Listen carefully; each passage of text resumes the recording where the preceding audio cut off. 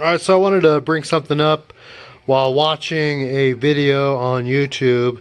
The channel is LHT Performance, and they're, whew, man, they make some great, awesome stuff. Content is superior.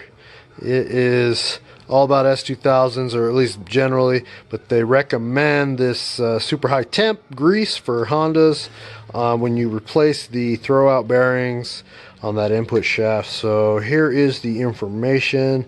Definitely take a look at it if it's something you're interested in buying. I got it from Amazon for 13 bucks, shipped to my house.